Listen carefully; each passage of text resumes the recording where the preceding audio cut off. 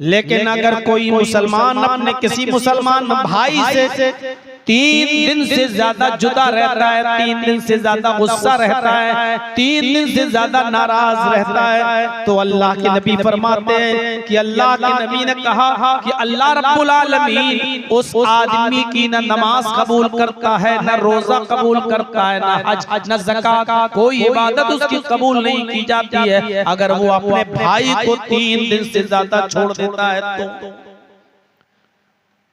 नमाज कितनी बड़ी इबादत, किसी भी हाल में माफ नहीं। अल्लाह को कितना प्यार है इस नमाज से। खुशी हो तब भी पढ़ो, गम है तब भी पढ़ो, बीमार हो तब भी पढ़ो, तंदुरुस्ती में हो तब भी पढ़ो, खड़े होकर पढ़ने की ताकत ना हो तो बैठ के पढ़ो, बैठ के पढ़ने की ताकत नहीं है तो लेट के पढ़ो, पहलू के बल लेट कर पढ़ो, होंठ से इशारा करके पढ़ो, आंख से इशारा करके पढ़ो। 6 बजे लड़कियों के बाद एक लड़का पैदा हुआ, खुशी हुई, अभी एक लड़का अल्लाह ने दिया, बहुत खुश हो। इसी वक्त अजान की आवाज आ रही है, इस वक्त भी तुम्हें नमाज पढ़ने जाना है, बहुत बड़ी खुशी मिली है और अजान हो चुकी।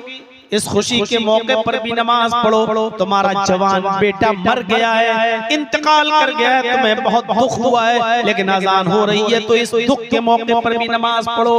यानी अल्लाह को नमाज से कितना प्यार है, किसी भी कीमत पर वो माफ नहीं है, हर हाल में पढ़ना है। लेकिन ये नमाज भी अल्लाह के नबी फरमाते हैं कबूल नहीं होगी अगर तुम्हारा भाई तुमसे नाराज है, कोई मुसलमान तुमसे नाराज है, 3 दिन से ज्यादा अगर तुम उसको नाराज रखते हो, नाराजगी है तो नमाज कबूल नहीं होगी, रोजा कबूल नहीं होगा, हज कबूल नहीं होगा, ज़कात कबूल नहीं होगी। इससे आप अंदाजा लगा रहे हैं।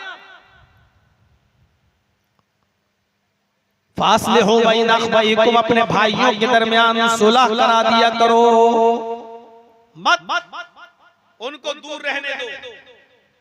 झूठ कितना बड़ा गुनाह है। अल्लाह के नबी फरमाते हैं जब कोई बंदा झूठ बोलता है तो उसके मुंह से निकलने वाले झूठ की बदबू से फरिश्ता 1 मील दूर भाग जाता है। आप अंदाजा लगा सकते हैं झूठ कितनी खराब चीज है। जब आदमी झूठ बोलता है तो उसके करीब रहने वाला फरिश्ता उस झूठ की बदबू से 1 मील दूर भाग जाता है। लेकिन अल्लाह के नबी फरमाते हैं कि अगर 2 भाइयों को, 2 मुसलमानों को अगर आपस में मिलाना हो और आपकी बातचीत से वो मामला हल नहीं हो रहा हो, वो मिल नहीं रहे हो और आपको मालूम हो कि झूठ बोल देने से ये दोनों एक हो जाएंगे, झूठ बोलकर इन दोनों को मिलाया जा सकता है, इन दोनों का इख्तिलाफ दूर किया जा सकता है, तो अल्लाह के नबी ने फरमाया लैसल कल्ताब अल्लज़ी युस्लिहु बैनन नास, जो लोगों के दरमियान सुलह करा रहा है, उस सुलह कराने में अगर वो झूठ बोलना पड़े और ज्यादा झूठ भी बोलना पड़े तो ऐसा झूठ बोलने वाले को अल्लाह के यहाँ कज़्ज़ाब नहीं लिखा जाता, उसको झूठा नहीं लिखा जाता, यानी झूठ बोलने पर उसको गुनाह नहीं मिलता। भाईचारा कितनी बड़ी नियामत है, कितनी बड़ी नियामत। इस्लाम के आने से पहले हालात कितने खराब थे, एक रोटी और एक बोटी के पीछे लोग एक दूसरे को कत्ल कर दिया करते थे। एक आदमी की बकरी दूसरे आदमी के खेत में चली गई और थोड़ी सी घास खा ली, वो आया तेरी बकरी ने मेरे खेत में आकर घास खा ली है। बकरी के मालिक ने कहा तो क्या हुआ, जानवर है, खा लिया तो खा लिया, अच्छा मुझसे ज़बान चलाता है। इस बात को लेकर दोनों में लड़ाई होती है, फिर ये लड़ाई कबीलों में बढ़ जाती है, कबीलों तक पहुंच जाती है, फिर दोनों कबीलों के दरमियान ये लड़ाई चलती है। आपको अंदाजा होगा एक बकरी के खेत में चारा खा लेने की वजह से, थोड़ी सी घास खा लेने की वजह से ये लड़ाई दोनों कबीलों के दरमियान चली तो 27 साल तक चलती रही। 27 साल तक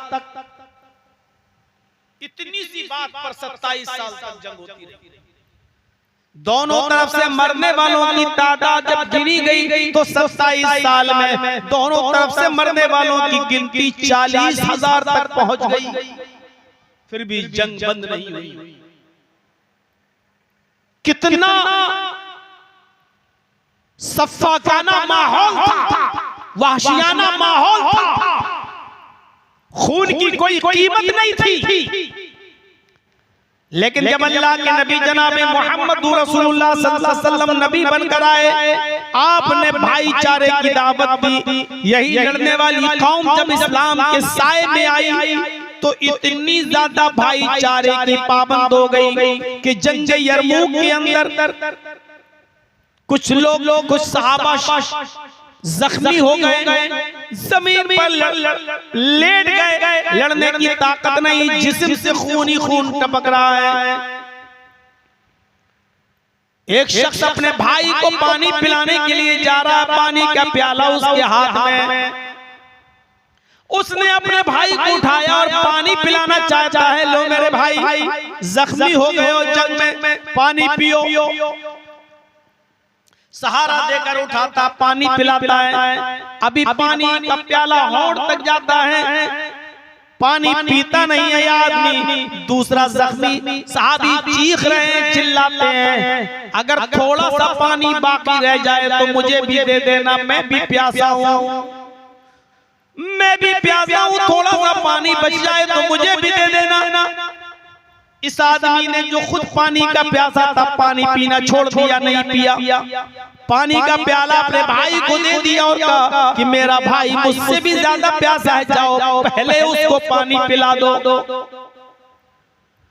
ये आदमी दूसरे के पास जाता है, उसको पानी का प्याला देता है कि पानी पियो। ये अपने मुंह तक ले जाता है कि तीसरा चीखता है, थोड़ा सा पानी बच जाए तो मुझे भी दे देना, मैं भी प्यासा हूं। इस आदमी ने भी पानी छोड़ दिया और तीसरे के पास रेफर कर दिया कि ये पानी उसको दे दो, मेरा भाई मुझसे भी ज्यादा प्यासा है। ये आदमी तीसरे के पास गया, उसके पास पहुंचने से पहले तीसरे का इंतकाल हो गया।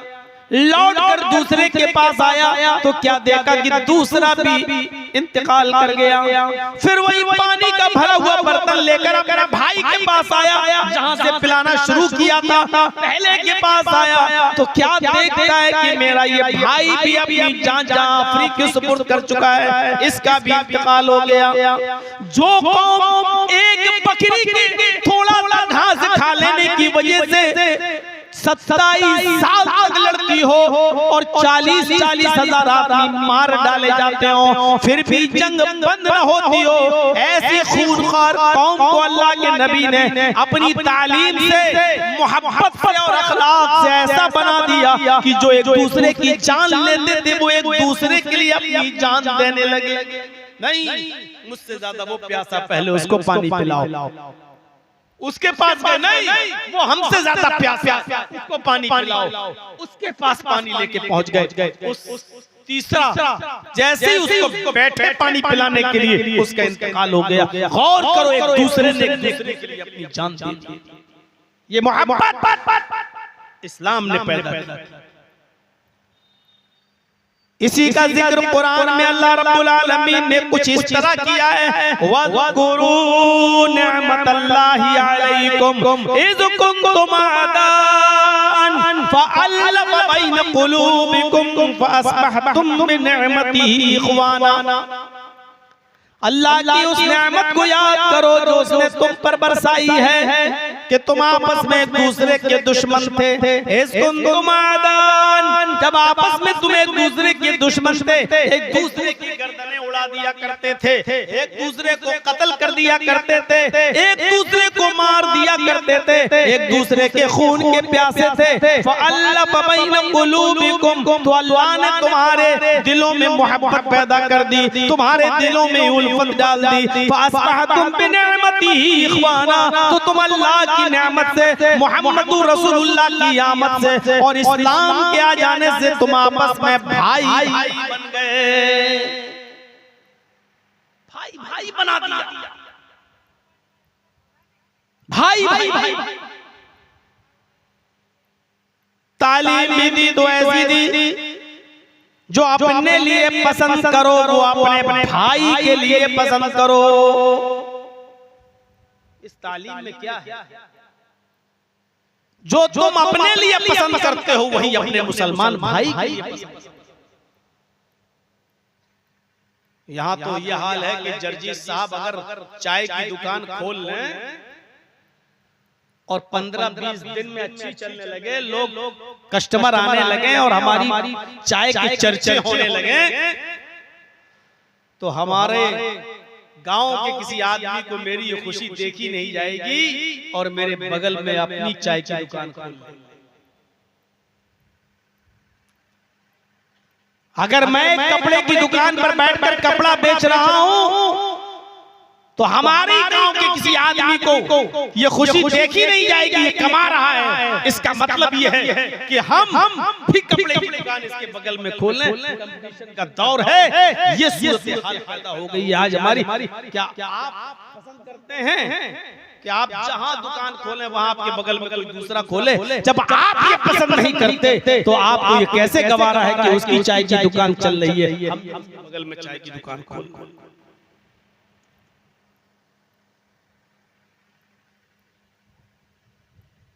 हाफिज अहमद इब्न हजर ने अल इसाबा के अंदर एक वाक़या नकल किया है दो सहाबी कि दोनों सहाबियों की दुकान थी और दोनों की कपड़े की दुकान थी और दोनों का कंपटीशन नहीं था। उस मार्केट में कपड़ा ही कपड़ा बिकता था, इसलिए वो कपड़े का ही मार्केट था। दो सहाबियों की दुकान उसमें पास थी।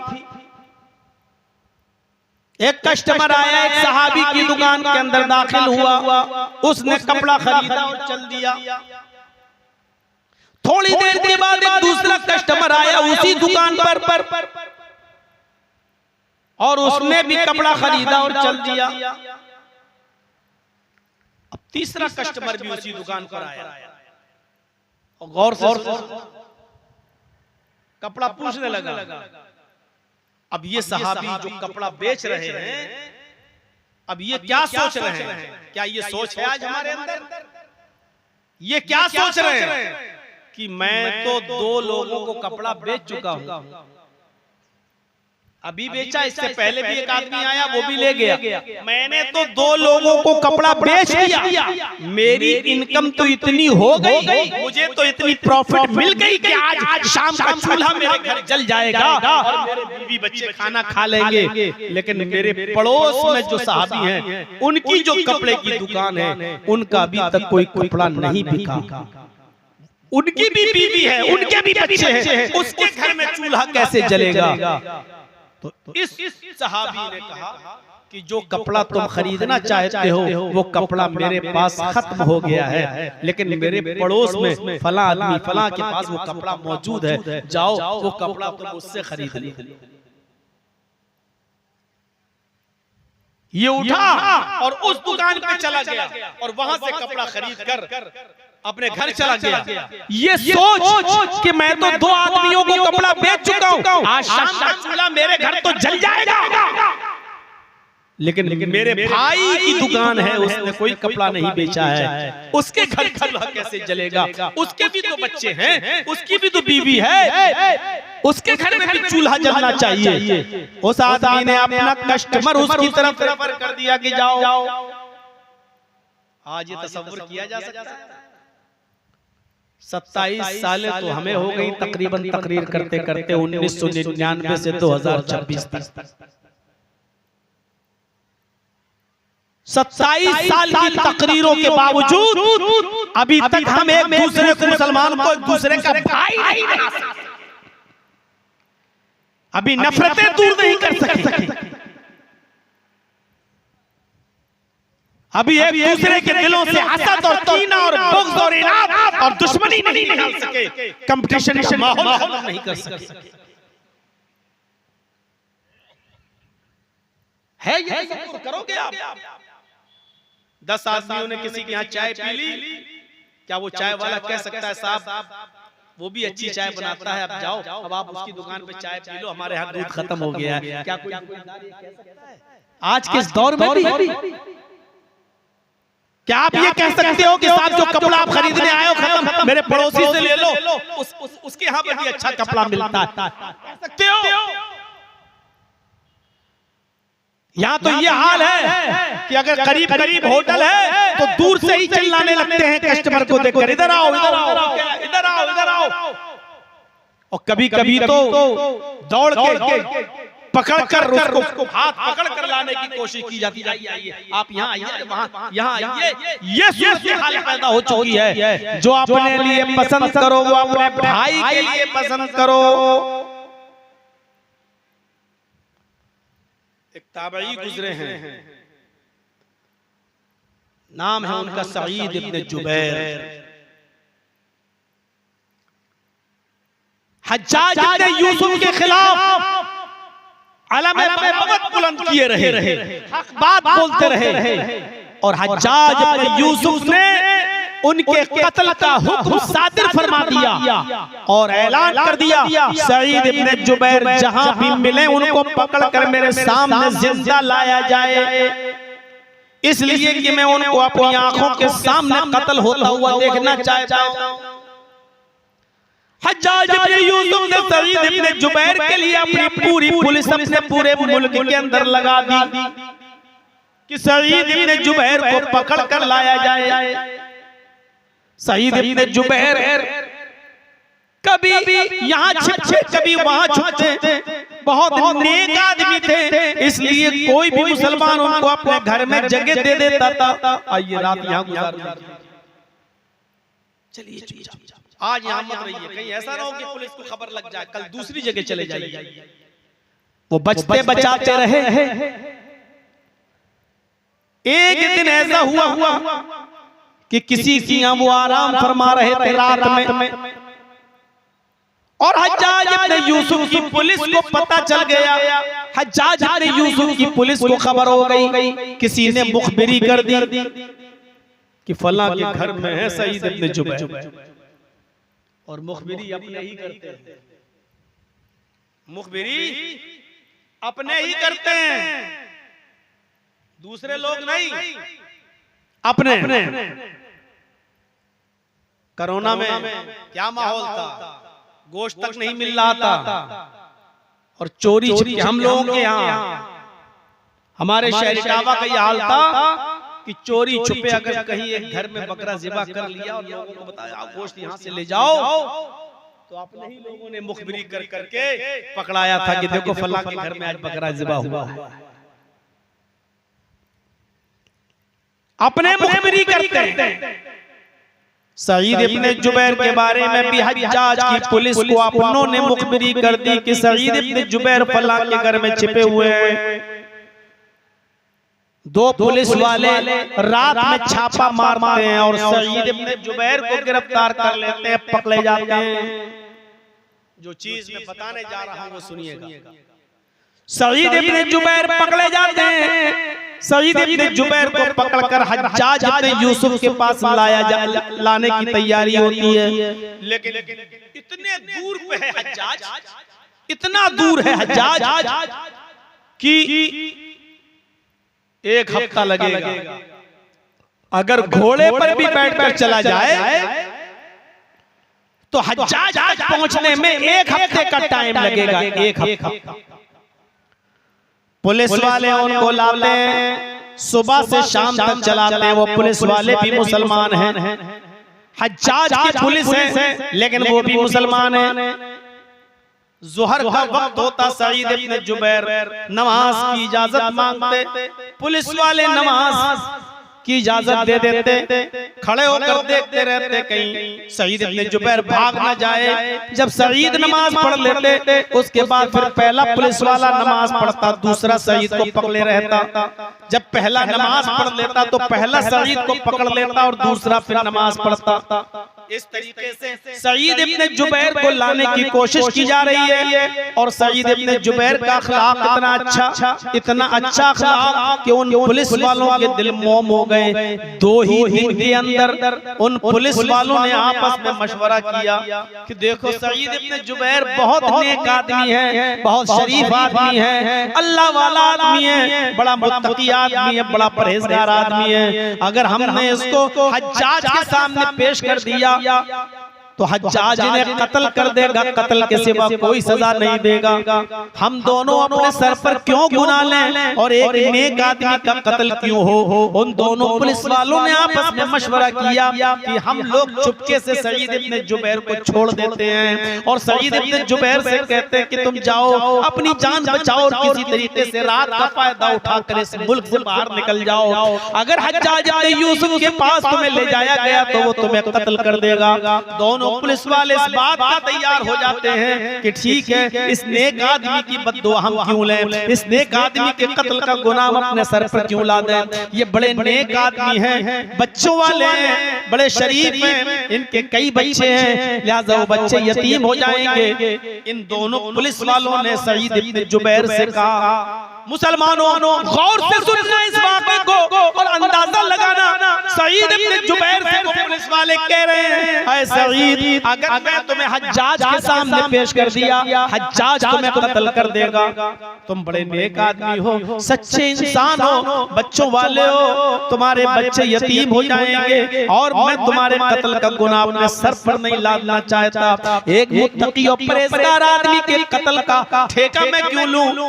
हज्जाज को पता नहीं है कि मैंने तुम्हें गिरफ्तार कर लिया है, इसलिए मैं तुम्हें छोड़ रहा हूँ। चुपके से, ये रात का वक्त है और तुम चुपके से यहाँ से निकल जाओ, रात भर सफर करो, दिन में कहीं छिप जाना, फिर रात में फिर सफर करना। 2-3 रातों में तुम इस मुल्क की सरहद को पार कर लोगे और दूसरे मुल्क में चले जाओगे। ऐ सईद मैं तुम्हें छोड़ रहा हूँ। सईद इब्ने जुबैर ने कहा, आए पुलिस वालों तुम्हारा बहुत बहुत शुक्रिया, तुमने मेरे बच्चों को यतीम होने से बचा लिया। तुम्हारा यह एहसान मैं कैसे अदा करूं। तुम अपनी मर्जी से छोड़ रहे हो, अल्लाह तुम्हें बरकत दे। सईद इब्ने जुबैर ने उन दोनों पुलिस वालों से हाथ मिलाया, उनसे मुआनका किया, गले मिले और चल दिए। हाथ हिलाया, ठीक है तुमने छोड़ दिया, बहुत अच्छा किया, मैं जा रहा हूं। सईद इब्ने जुबैर निकले, अभी मुश्किल से 100 कदम या 200 कदम आगे बढ़े होंगे, 100 कदम या 200 कदम आगे बढ़े होंगे, वहीं से पलट जाते हैं। फिर भागने का पूरा मौका, लेकिन भागते नहीं, वहीं से पलटते हैं और दौड़ते हुए फिर पुलिस वालों की तरफ आते हैं और इन दोनों पुलिस वालों के पास आकर कहते हैं, मैं ऐसा नहीं कर सकता। इन पुलिस वालों ने कहा, क्या हुआ तुम्हें? कहा कि मुझे हज्जाज के पास ले चलो। वो पुलिस वाले बोले, ऐ सईद तुम जानते हो कि हज्जाज तुम्हारे साथ क्या सलूक करेगा। इन दोनों पुलिस वालों का सुनकर सवाल सुनकर सईद ने कहा कि हाँ मैं जानता हूं कि वो मुझे कत्ल कर देगा, उसकी नजर में मेरा गुनाह बहुत बड़ा है, वो मुझे कत्ल के सिवा कुछ नहीं, सिर्फ कत्ल करवाएगा। कहा मैंने तुम्हें छोड़ दिया है और तुम इसके बावजूद नहीं भाग रहे हो और उसके हज्जाज इब्ने यूसुफ के पास जाने की तमन्ना कर रहे हो। कहा तमन्ना नहीं कर रहा हूं, बल्कि मैं तुम दोनों को देख रहा हूं। तुम दोनों ने मुझे छोड़ दिया है, मैं तुम्हें देख रहा हूं, तुम्हारी वजह से मैं नहीं भाग सकता। कहा मेरी वजह से? मैं तो छोड़ दिया हूं, मेरी वजह से क्या? कहा सुनो, जिस जासूस ने मेरी जासूसी की तुमको और बताया कि सईद इब्ने जुबैर फला के घर में छिपे हुए हैं और तुम दोनों ने आकर मुझे पकड़ लिया, उस जासूस को तो पता ही होगा कि तुम दोनों ने मुझे पकड़ लिया। अब तुम दोनों मुझे छोड़ रहे हो, कल जब हज्जाज के पास पहुंचोगे तो वो जासूस भी वहां पहुंचेगा और वो जासूस उसको बता देगा कि इन दोनों पुलिस वालों ने तो सईद को पकड़ लिया था, फिर कहीं रास्ते में छोड़ दिया। आए पुलिस वालों, जब जासूस ने हज्जाज इब्ने यूसुफ को जब ये जासूस खबर देगा और हज्जाज को ये पता चलेगा कि तुमने मुझे छोड़ दिया, पकड़ने के बाद मुझे छोड़ दिया, तो फिर वो तुम दोनों को कत्ल कर देगा, तुम दोनों को मार डालेगा। अल्लाह के नबी सल्लल्लाहु अलैहि वसल्लम ने फरमाया, सईद इब्ने जुबैर उन दोनों पुलिस वालों से कह रहे हैं कि अल्लाह के नबी सल्लल्लाहु अलैहि वसल्लम ने फरमाया, जो तुम अपने लिए पसंद करते हो वही अपने भाई के लिए पसंद करो। जब मैं अपने लिए पसंद करता हूँ कि मुझे कत्ल न किया जाए, तो मैं तुम्हारे लिए पसंद कैसे कर लूँ कि तुम्हें कत्ल किया जाए। इसलिए हमें तुम हज्जाज के पास ले चलो। उन पुलिस वालों ने कहा, आए सईद तुम जाओ यहाँ से, वो तुम्हें मार डालेगा, तुम्हें कत्ल कर देगा। अरे हमसे पूछेगा तो हम कह देंगे कि सईद मिले थे, पकड़ लिया था, लेकिन हाथ छुड़ा के भाग गए, मैंने बहुत पीछा किया, वो भागने में कामयाब हो गए। हम कुछ भी झूठ बोल देंगे। कहा नहीं, हज्जाज बहुत बड़ा जालिम इंसान है, वो हमारी भागने की वजह से तुम दोनों को कत्ल कर देगा, और मैं ये नहीं चाहता कि मेरी जान बच जाए और मेरी जगह पर तुम दोनों की जान चली जाए। जब मैं अपने लिए पसंद नहीं करता, वो आपके लिए भी पसंद नहीं करूंगा। लेके चलो। पुलिस वालों का इनकार, सईद इब्ने जुबैर का इकरार, आखिरकार पुलिस वाले हिम्मत हार गए और सईद इब्ने जुबैर को पकड़ कर लाए और हज्जाज के सामने पेश कर दिया। सईद इब्ने जुबैर नहीं माने, नहीं मैं चलूंगा तुम्हारे साथ। और उन दोनों पुलिस वालों ने हज्जाज के सामने जब पेश किया तो सईद इब्ने जुबैर को हज्जाज ने देखा और देखने के बाद मुस्कुराया। कितने दिन भाग कर रहे हो, जाओगे कहां? मेरी पुलिस वो है जो पाताल से भी ढूंढ लेती है मुजरिम को। लिहाजा जल्लाद को बुलवाया गया, खूनी चमड़ा बिछाया गया, हाथ पीछे से बांधे गए और सईद इब्ने जुबैर को बिठा दिया गया। ऐसे हाथ पीछे बंधे, गर्दन इस तरीके से डाल दिया गया है, खूनी चमड़ा बिछा हुआ है, जल्लाद तलवार लिए खड़ा हुआ है। और फिर वही हुआ जिसका डर था। उन पुलिस वालों को भी मालूम था कि सईद इब्ने जुबैर अब बचेंगे नहीं, और खुद सईद इब्ने जुबैर को ये मालूम था कि अब मैं बचूंगा नहीं। लिहाजा उस जल्लाद ने हज्जाज इब्ने यूसुफ की आंखों के सामने हज्जाज का हुक्म पाकर सईद इब्ने जुबैर की गर्दन पे तलवार मार दी और सईद इब्ने जुबैर को कत्ल कर दिया। पूरा वाकया बयान करने का मकसद यह है कि सईद इब्ने जुबैर ने अपने आप को कत्ल करवाना पसंद कर लिया, लेकिन उन दोनों पुलिस वालों को फंसाना गवारा नहीं किया। वो ये नहीं चाहते थे कि मेरी जान बच जाए और मेरी दोनों पकड़े जाएं और फंसे और इन दोनों को कत्ल कर दिया जाए। मेरे भाइयों, ये एक मुसलमान की जिम्मेदारी होती है, एक मुसलमान की पहचान होती है। और इसी को कहा इन्नमल मुमिनूना इख्वा, मोमिन आपस में भाई भाई हैं। और मुसलमान का काम ये होता है जो अपने लिए पसंद करता है वही दूसरे के लिए भी पसंद करता है, और जो अपने लिए पसंद नहीं करता के लिए भी पसंद नहीं करता। हम मुसलमान हैं और है तो ये सिफत पाई जाती है। क्या हम अपने लिए जो पसंद करते हैं वो आपके लिए भी पसंद करते हैं? क्या हम अपने लिए जो चीज ना पसंद करते हैं वो आपके लिए भी ना पसंद करते हैं? नहीं। फिर मुसलमान याद रखिएगा, ईमानी रिश्ता, ईमानी रिश्ता खूनी रिश्ते से ज्यादा अहमियत रखता है।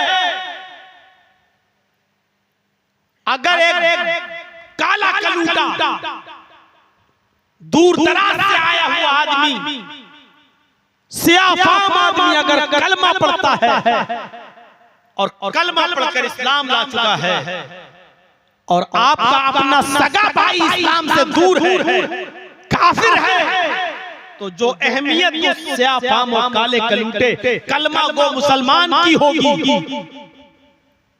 आपके सगे भाई नहीं। एक वाकया आपको के सामने रखता हूं। जंगे बद्र हुई। जंगे बद्र में 70 काफिर कैद किए गए, 70 मारे गए और 70 कैद किए गए। इन 70 काफिरों में एक काफिर था जिसका नाम था आदी इब्ने उमैर। क्या नाम था? आदी इब्ने उमैर। ये भाई थे किसके? मुसाब इब्ने उमैर के। मुसाब के भाई थे आदी और बाप दोनों के थे उमैर। एक बाप के दो बेटे, एक का नाम आदी और एक का नाम मुसाब। मुसाब इस्लाम ला चुके थे। मुसाब जंगे बदर में नबी अकरम मोहम्मद रसूलुल्लाह का साथ दे रहे थे और आदी अबू जहल का साथ दे रहा था। जब जंग खत्म हुई और 70 काफिर पकड़े गए, उन 70 काफिरों में आदी इब्ने उमैर भी, मुसाब इब्ने उमैर का भाई भी पकड़ा गया जो काफिर था। सारे काफिरों के पैरों में बेड़ियां डाली जा रही। चलो भाग ना जाए रात में ये लोग। पैरों में बेड़ियां डाल दी जा रही। सहाबा एक दूसरे के पैरों में बेड़ियां डाल रहे थे। जब नंबर आता है आदी के पैरों में बेड़ियां डालने का मंजर देखिए। जब आदी इब्ने उमैर के पैरों में बेड़ियां डालने का नंबर आता है तो जो सहाबी उनके पैरों में बेड़ियां डाल रहे थे, हजरत मुसाब इब्ने उमैर उनसे कह रहे थे ऐसे नहीं, ऐसे ये ताला यहाँ नहीं, यहाँ लगाओ, इसको टाइट कर दो। ये ताला तोड़ने में बहुत माहिर है, बेड़ियां तोड़ने में बहुत माहिर है। ये बेड़ियां तोड़ देगा और रात में भाग जाएगा। इसको यहाँ से टाइट करो, यहाँ से टाइट करो, यहाँ से टाइट करो। मुसाब इब्ने उमैर उस सहाबी को बताने लगे कि ये उमैर आदी को यहाँ बेड़ियां डालो और यहाँ से टाइट करो। आदी ने देखा कि मेरा भाई ये मशवरा दे रहा है तो गुस्से से आंख लाल पीली करके बोला, थूकता हूं तेरे चेहरे पर। आए मुसाब, तू भाई है? तू भाई नहीं कसाई। कैसा भाई है? तेरे सगे भाई, हकीकी भाई के पैरों में बेड़ियां डाली जा रही हैं और तू टाइट करने का हुक्म दे रहा है। यहाँ से टाइट करो, यहाँ से टाइट करो, यहाँ से टाइट करो, ये करो, ये करो। तू ये बता रहा है, तू ये कहने को कह रहा है, तुझे जरा भी रहम नहीं आ रहा है? अपने भाई के साथ इस तरीके का सुलूक करवा रहा है तू? मुसाब इब्ने उमैर ने जब ये सुना तो मुसाब इब्ने उमैर चीखते हुए बोले, खामोश, चुप चुप चुप। कैसा भाई? कौन? आदी ने कहा कि आए मुसाब, मैं तेरा भाई नहीं हूं। क्या तेरा बाप उमैर नहीं है? जिस बाप का खून तेरी रगों में दौड़ रहा है उसी बाप का खून मेरी रगों में भी दौड़ रहा है। यह अलग बात है कि मैं काफिर हूं, तू इस्लाम लाया, लेकिन है तो एक ही बाप के बेटे। तू अपने भाई के साथ ऐसा सलूक करता है? मुसाब इब्ने उमैर ने जोरदार आवाज में कहा, कौन सा भाई? कैसा भाई? हाय आदी, तू मेरा खूनी रिश्ते को क्या कहा? आए आदी, तू मेरा भाई। आदी ने ऐसे सर उठाकर देखा, कहा मुसाब, मैं तेरा भाई नहीं हूं। मुसाब इब्ने उमैर ने कहा नहीं, मेरा भाई तो ये है जो तेरे पैरों में बेड़ियां डाल रहा है, जो तेरे पैरों में बेड़ियों में ताला लगा रहा है, जो तेरे पैरों में बेड़ियां डाल टाइट कर रहा है, ये है मेरा भाई। इसलिए कि इसने कलमा पढ़ा है, अशहदु अल्ला इलाहा इल्लल्लाह व अशहदु अन्ना मुहम्मदन अब्दुहु व रसूलुहु, और नहीं पढ़ा, ये है मेरा भाई, तू मेरा भाई नहीं है। अंदाजा लगाएंगे, ईमानी रिश्ता खूनी रिश्ते से ज्यादा अहमियत है। अगर आप जानते हैं कि ये आदमी भी मुसलमान है तो वो आपका भाई और सगे भाई से ज्यादा अहमियत रखता है अगर वो काफिर है सगा भाई तो ईमानी रिश्ते की अहमियत खूनी रिश्ते से ज्यादा है, खूनी रिश्ते से। इसलिए इस आयत को समझने की कोशिश करो। इन्नमल मोमिनूना इख्वा, सारी दुनिया के मुसलमान भाई हैं। फास्लिहू बैना अख्वैकुम, जब दो भाइयों में तनाज़ा हो जाया करे, लड़ाई हो जाया करे, तो इन मुसलमान भाइयों को ज्यादा दिन तक दूर न रहने दो। आए समाज वालों, आए सोसाइटी वालों, आए गांव वालों, आए मोहल्ले वालों, इन दोनों मुसलमान भाइयों को आपस में मिला दिया करो, इन दोनों के दिलों को जोड़ दिया करो। अगर इन दोनों को मिलाने में तुम्हें झूठ बोलना पड़े तो झूठ बोलकर इन दोनों को मिला दिया करो, इन दोनों को आपस में भाई भाई बना दिया करो। यहाँ तो मजे लिए जाते हैं और आग भड़काई जाती है। फला फला फला मैं ऐसा कह रहा था, फला तो अरे कहना तो ये चाहिए, फला तुम्हारी बड़ी तारीफ कर रहा था यार, तुम उससे दुश्मनी निभाते हो, वो तो तुम्हारे बारे में बहुत अच्छा सोचता है। अरे वो तो मिला था, मुझसे पूछ रहा था कि उसके बच्चे ठीक हैं, खाना वाना मिलता है, उसको कोई तकलीफ तो नहीं है। भले ना कहा लेकिन ये कह दो तो उसके दिल में नरमी पैदा हो जाएगी। यार वो मेरे बारे में ऐसा सोचता है, वो मेरे घर के बारे में ऐसा सोचता है, उसने कहा भी ना हो फिर भी कह दो, उसके सामने वाले के दिल में जो बुराई बैठी हुई है वो दूर हो और कम होने की कोशिश हो। और एक दिन आए दुआ सलाम, अरे इबादतों का इन्हिसार भी इसी पे, वरना नमाज में जो दुआएं पढ़ी जाती हैं वो घर पर भी पढ़ी जा सकती थी, वो नमाज घर पर भी अदा की जा सकती थी। घर से निकलकर मस्जिद में आने की वजह यही है कि तुम एक दूसरे से सलाम करोगे, नमाज पढ़ोगे, जमात कायम करोगे, एक दूसरे की खैरियत पूछोगे, कदम से कदम, कंधों से कंधा, टखनों से टखना मिलाओगे, जमात कायम करोगे, आपस में गिले शिकवे दूर होंगे, मस्जिद में जाओगे बगल में खड़े हो जाओगे, कदम से कदम, टखनों से टखने, कांधों से कांधे मिलाओगे, दुश्मनियां दूर होंगी। मेरे भाइयों, ये नमाज की जमात इसीलिए फर्ज की गई है ताकि एक दूसरे से मुलाकातें हो, एक दूसरे से दुख दर्द पूछा जाए, एक दूसरे के हालात। अब मान लीजिए 5 वक्त की नमाजी है, आज एक आदमी नहीं आया, अब आपके दिल में ख्याल आएगा यार ये आदमी तो आता था, आज क्यों नहीं आया? चलिए कोई बात नहीं, जोहर में, असर में वो फिर नहीं आया, अरे क्या हुआ? वो जोहर में भी नहीं दिखा, असर में भी नहीं दिखा। अब आप पूछेंगे लोगों से, पता चला कि वो तो हॉस्पिटल में एडमिट है। अब आप हॉस्पिटल जाएंगे, जरूरतमंद होगा तो उसकी आप मदद भी करेंगे। ये है जमात का मकसद, ये है नमाज को जमात के साथ अदा करने का फलसफा, ताकि एक दूसरे की हमदर्दी, एक दूसरे का गम, एक दूसरे का दर्द हमारे दिलों में पैदा हो। यही चीज रोजा भी यही सिखाता है। दिन भर भूखे और प्यासे रहकर आपको एहसास हो कि हम तो एक महीना भूखे और प्यासे नहीं रह पा रहे हैं, उन गरीबों का क्या हाल होता होगा जिनके घरों में पूरे साल चूल्हा नहीं जलता, जिनके बच्चों को अच्छे से अच्छा खाना नहीं मिलता, जिनके घरों में चूल्हे नहीं जलते और भूखे सो जाते हैं। मेरे भाइयों, अब आप इसीलिए रोजा का हुक्म दिया गया ताकि गरीबों का एहसास तुम्हारे अंदर पैदा हो और अपने भाई की तुम मदद करने लगो।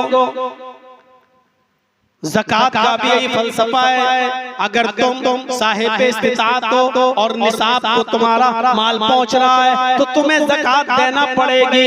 100 रुपए में 2.5 रुपए, 40 रुपए में 1 रुपया, 1000 रुपए में 25 रुपए, 1 लाख में 2500, ये तुम्हें ज़कात निकालना पड़ेगी। मेरे भाइयों, ये गरीबों को देना पड़ेगा।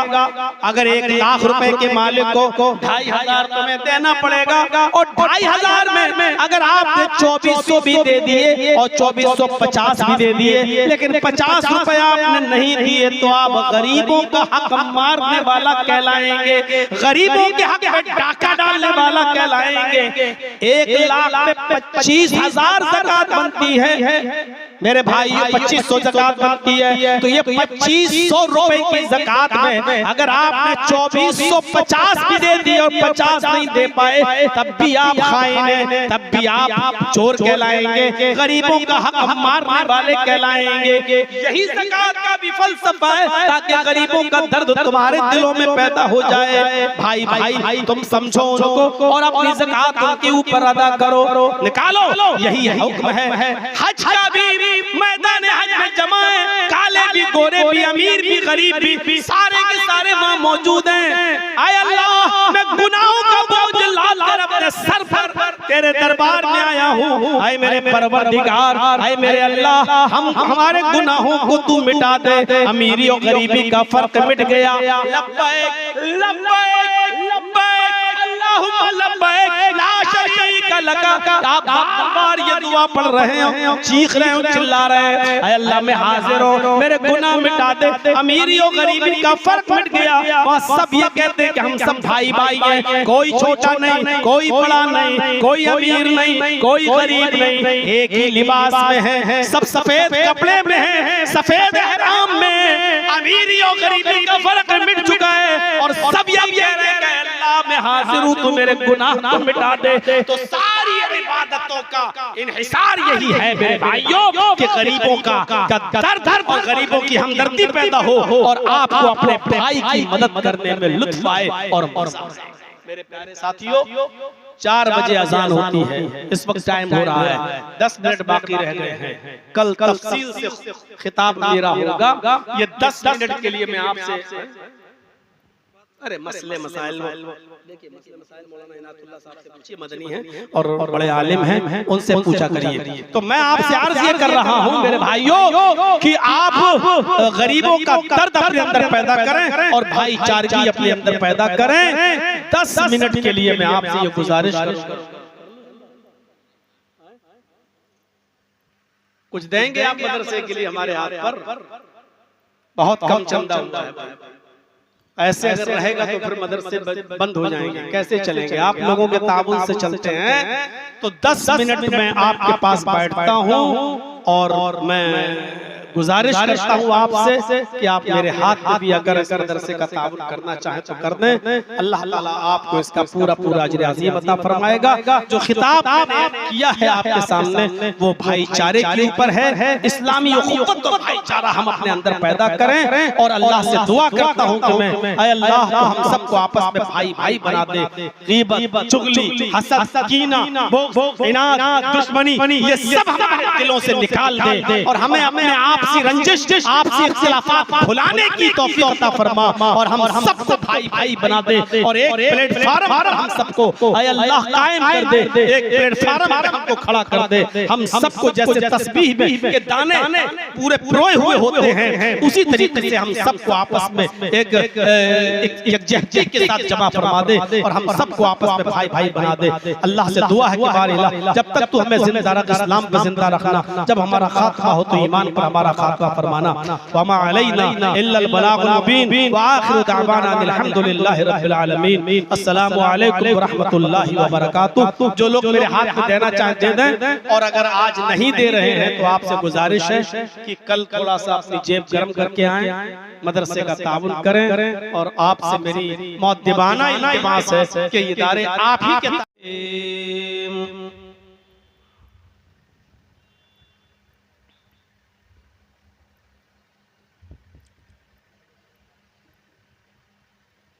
इन्नमल मुअमिनूना इख्वा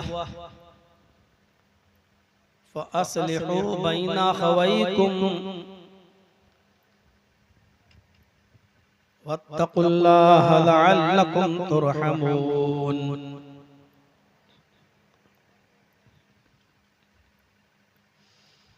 रब्बि इश्रह ली सदरी व यस्सिर ली अमरी वहलुल उक़दतम मिन लिसानी यफ़क़हू क़ौली।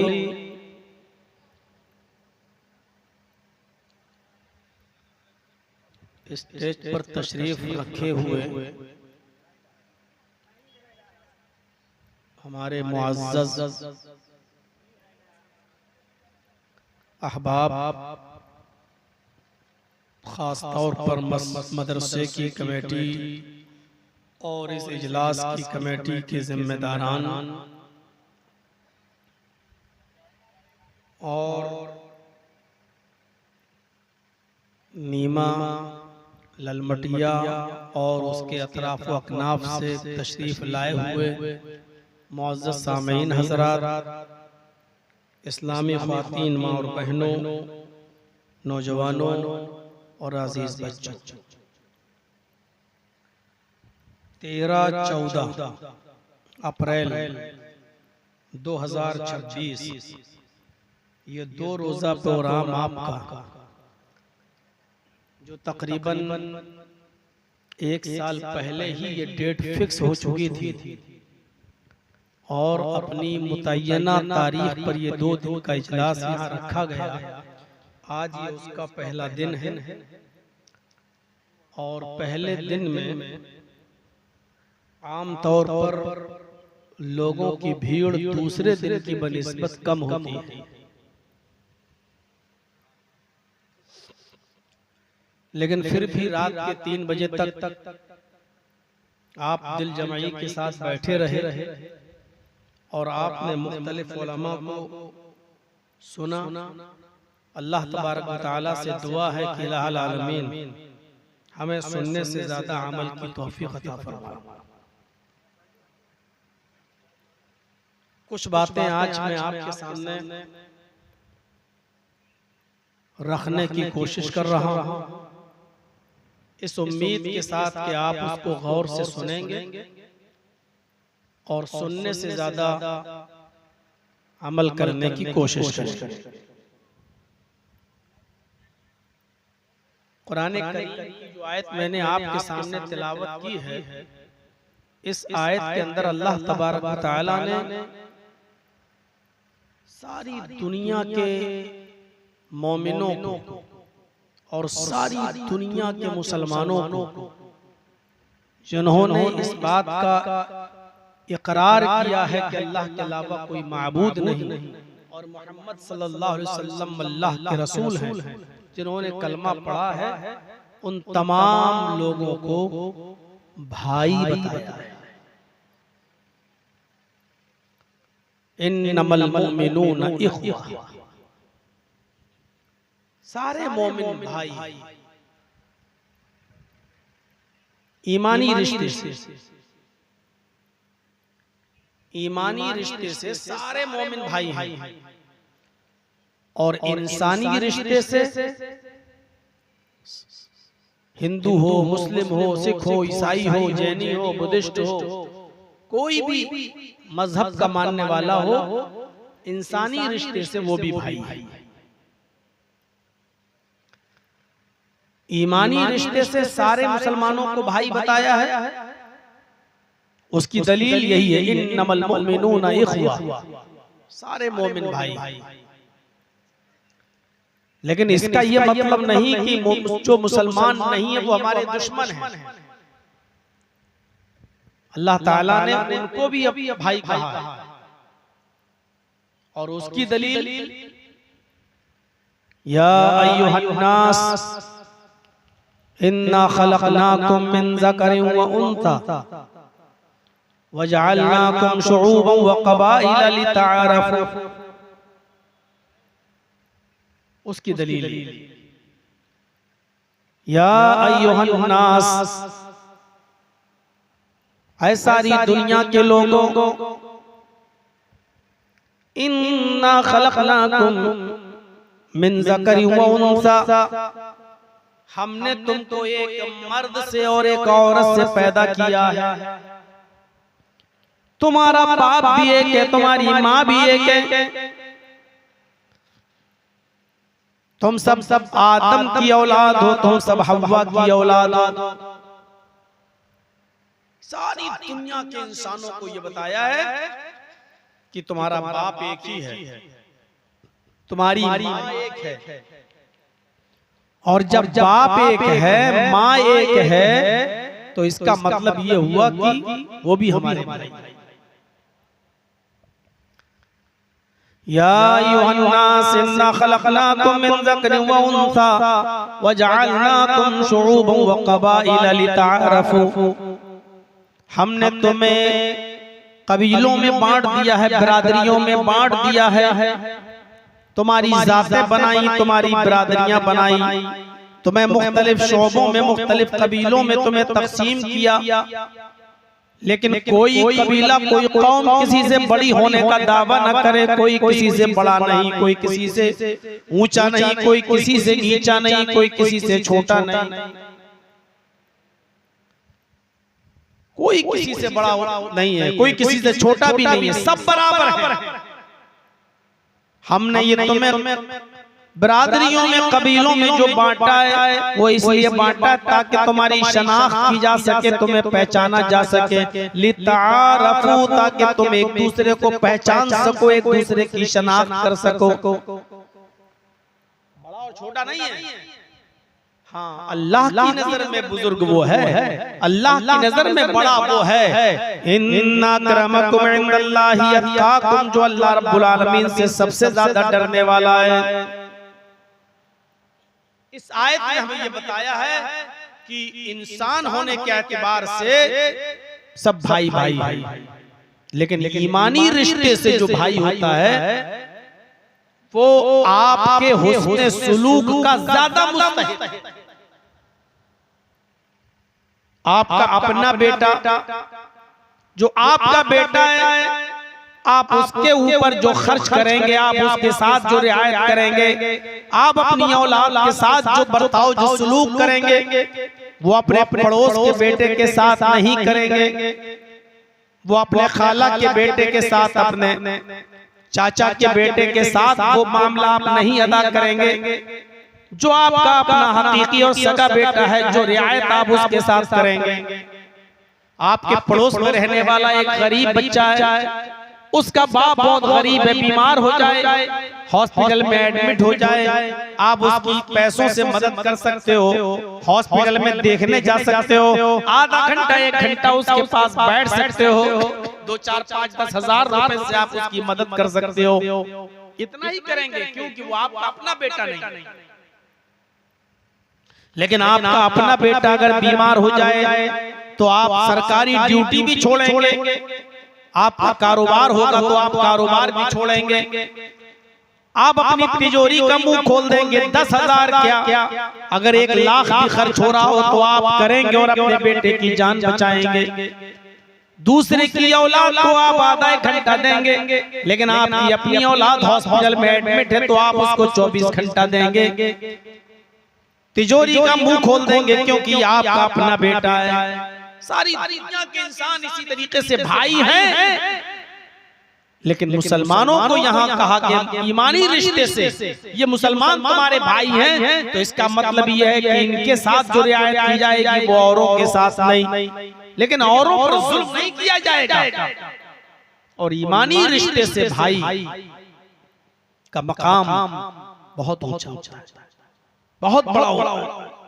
इसीलिए अल्लाह रब्बुल आलमीन ने आगे ये फरमाया कि अगर इन मुसलमानों में जो सब भाई भाई हैं, अगर आपस में 2 लोग लड़ाई झगड़ा कर लें, तनाज़ा हो जाए, इख्तिलाफ हो जाए, दुश्मनी हो जाए, तो पूरी कौम की जिम्मेदारी है, पूरे समाज की जिम्मेदारी है, पूरे गांव की जिम्मेदारी है, पूरे इलाके की जिम्मेदारी है। फ़अस्लिहू बैन अख़वैकुम, कि उन दोनों भाइयों के दरमियान सुलह करा दें, उनको मिला दें, उनको आपस में जोड़ दें, नाराज न रहने दें। हमारा अगर गांव के किसी आदमी से, अपने मोहल्ले में किसी आदमी से नाराजगी हो जाए तो पूरे मोहल्ले की जिम्मेदारी हमारी। अपने गांव में किसी से दुश्मनी हो जाए, लड़ाई हो जाए, तो पूरे गांव की जिम्मेदारी ये बनती है कि इस दुश्मनी को ज्यादा दिन तक कायम न रहने दें, बल्कि समाज के लोगों को चाहिए। कितनी जबरदस्त तालीम दी जा रही है, फ़अस्लिहू बैन अख़वैकुम, उन दोनों के दरमियान सुलह करा दो।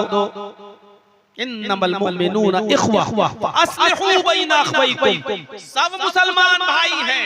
अगर इनमें कुछ लड़ाई झगड़ा, तनाज़ा, इख्तिलाफ किसी भी मामले में हो जाए तो आए गांव वालों, आए समाज वालों, आए सोसाइटी वालों, तुम सब मिलकर उन दोनों भाइयों के दरमियान सुलह करा दो, उनके दरमियान भाईचारगी पैदा करा दो। इसीलिए नबी अकरम सल्लल्लाहु अलैहि वसल्लम ने यहाँ तक फरमाया कि नमाज बहुत बड़ी इबादत है, रोजा बहुत बड़ी इबादत है।